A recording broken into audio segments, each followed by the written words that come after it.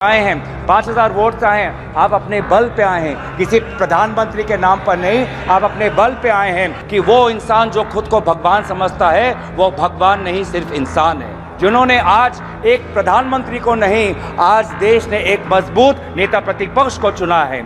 आज देश ने एक सत्ता को नहीं, आज देश ने एक मजबूत विपक्ष को चुना है। हम बात उठाएंगे उन छोटे दुकानदारों की जिनका दुकान, सालों का दुकान आज टूट जाता है जब एक मंदिर का विस्तार होता है। हम आवाज़ उठाएंगे उन बच्चों की जो आज रो रहे हैं, सालों की मेहनत आज उनका व्यर्थ हो गया है जब नीट का ये पेपर लीक हो गया है। प्रधानमंत्री मोदी जी के पास दो ही अस्त्र है, एक भय है और भ्रम है।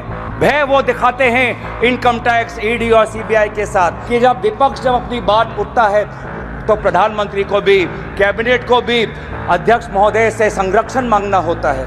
मैंने ऐसा नज़ारा पिछले 10 साल में नहीं देखा कि नेता प्रतिपक्ष बोल रहा है, विपक्ष बोल रहा है और गृह मंत्री उठ के बोल रहे हैं कि हमें संरक्षण दो, हमें संरक्षण दो, हमें संरक्षण दो। सभी सांसदों को मैं विशेष रूप से अपने तरफ से शुभकामनाएं देता चाहूँगा कि वो इस चुनाव में जीत के आएँ, और विशेष रूप से मैं भाजपा के सांसदों को मैं शुभकामनाएं देना चाहता हूं क्योंकि आज इस चुनाव में उनको बहुत कठिनाई का सामना करना पड़ा। इससे पहले जो चुनाव हुए, 2024 का चुनाव, 2019 का चुनाव, उन दोनों चुनावों में उन्होंने सिर्फ नरेंद्र मोदी जी के नाम पर वो सत्ता में आए और इस सदन के अंदर आए, लेकिन इस चुनाव में उन्होंने खुद अनुभव किया होगा कि इस बार वोट उनको प्रधानमंत्री नरेंद्र मोदी जी के नाम पर नहीं, अगर आए हैं तो आपके काम और आपके परिश्रम पर आए हैं। आपसे भी कई सांसद ऐसे आए हैं जो घिस के आए हैं, 30,000 वोट से आए हैं, 5,000 वोट से आए हैं। आप अपने बल पे आए हैं, किसी प्रधानमंत्री के नाम पर नहीं, आप अपने बल पे आए हैं और इसीलिए मैं आपको शुभकामनाएं मैं देना चाहूँगा और याद दिलाना चाहूँगा कि भारत की आवाम इस वोट से ये कहना चाहती है कि वो इंसान जो खुद को भगवान समझता है वो भगवान नहीं सिर्फ इंसान है। ये संदेश आज देश के जनादेश में हमें दिखाई देता है और मैं धन्यवाद करना चाहूँगा इस देश के आम नागरिकों का जिन्होंने आज एक प्रधानमंत्री को नहीं, आज देश ने एक मजबूत नेता प्रतिपक्ष को चुना है। आज देश ने एक सत्ता को नहीं, आज देश ने एक मजबूत विपक्ष को चुना है और इसीलिए मैं देश के लोगों का आभार प्रकट करता हूं। हम आवाज़ बन के रहेंगे उन देशवासियों की जिनकी समस्या ना आज इस सदन में व्यक्त होती है, ना अखबारों में व्यक्त होती है। हम आवाज़ उठाएंगे उन गरीब लोगों की जो आज अस्पताल में लगभग 6-6 साल उनको रुकना पड़ता है पर उनको सर्जरी का अपॉइंटमेंट नहीं मिलता है। हम आवाज़ उठाएंगे वो सड़क पे सोते हुए युवाओं की, लोगों की जिन पर एक अमीर बाप का गाड़ी का बेटे का गाड़ी रेंगते हुए उनको मार देता है और फिर वो बेटा बाद में बेल पर निकल जाता है और उन जो लोग जो सड़क पे सोते हैं आज उनके बारे में कोई नहीं सोचता।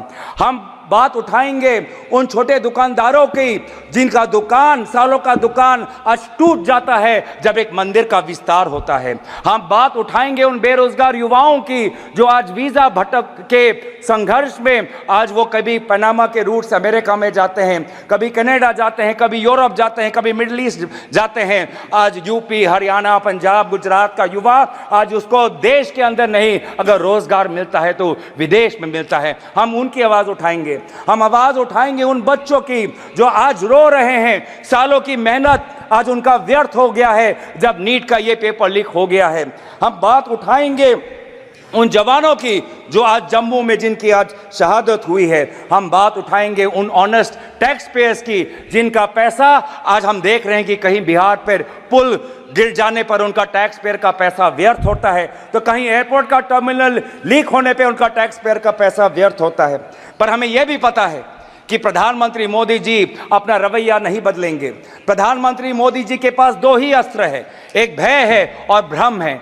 भय वो दिखाते हैं इनकम टैक्स, ईडी और सीबीआई के साथ, लेकिन देशवासियों ने इस बार कह दिया है कि हम इनकम टैक्स, ईडी और सीबीआई से डरते नहीं हैं। और दूसरा जो उनका अस्त्र है वो भ्रम का, वो हमने प्रचार में भी देखा बांसवाड़ा में उन्होंने क्या कहा, बांसकाठा में उन्होंने क्या कहा, और जिस प्रकार से प्रधानमंत्री मोदी जी के भ्रम को देशवासियों ने लोकसभा चुनाव में नकारा, उसी तरीके से आज भी आप राहुल गांधी जी के भाषण पर जो भ्रम फैलाने का कोशिश कर रहे हैं, उस कोशिश को भी देशवासी नकारेंगे। कि जब विपक्ष जब अपनी बात उठता है तो प्रधानमंत्री को भी, कैबिनेट को भी अध्यक्ष महोदय से संरक्षण मांगना होता है।